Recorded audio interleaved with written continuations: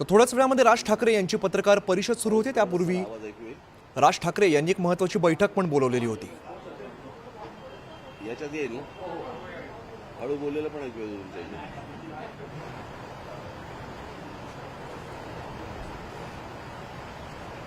आजची पत्रकार परिषद तातडीने बोलवण्यामागचं कारण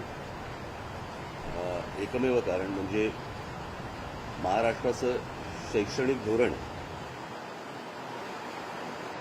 मी आधीच सांगून ठेवतो की मी या विषयाच्या पलीकडे दुसरा कोणताही विषय बोलणार नाहीये, कारण हा अत्यंत महत्त्वाचा विषय आहे आणि त्याच्या पलीकडे आता दुसरा कुठचाही विषय मला बोलायचा नाहीये. मी जे बोलणार आहे थोडंसं सविस्तर बोलणार आहे.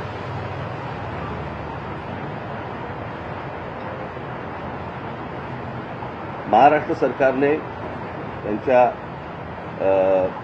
शैक्षणिक धोरणामध्ये असा निर्णय घेतलेला आहे की पहिलीपासून हिंदी सक्तीची करण्याचा. मी माझी 2 पत्र आत्तापर्यंत पहिल्यांदा ज्यावेळेला हे अशा प्रकारची गोष्ट आली त्यावेळेला मी पहिलं माझं पत्र जे काढलं होतं एक उजळणी म्हणून मी परत एकदा ते पत्र जरा आपल्यासमोर मी वाचून दाखवतो. हे 17 तारखेचं पत्र आहे, 17/4.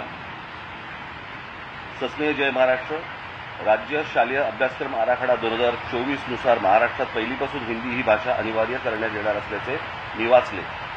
आज मी स्वच्छ शब्दात सांगतो की ही सक्ती महाराष्ट्र नवनिर्माण सेना खपवून घेणार नाही. केंद्र सरकारनं सध्या जे सर्वत्र हिंदीकरण करण्याचे प्रयत्न सुरू आहेत ते या राज्यात आम्ही यशस्वी होऊ देणार नाही. आराखडा 2024 नुसार महाराष्ट्रात पहिलीपासून हिंदी ही भाषा अनिवार्य करण्यात येणार असल्याचे मी वाचले. आज मी स्वच्छ शब्दात सांगतो की ही सक्ती महाराष्ट्र नवनिर्माण सेना खपवून घेणार नाही.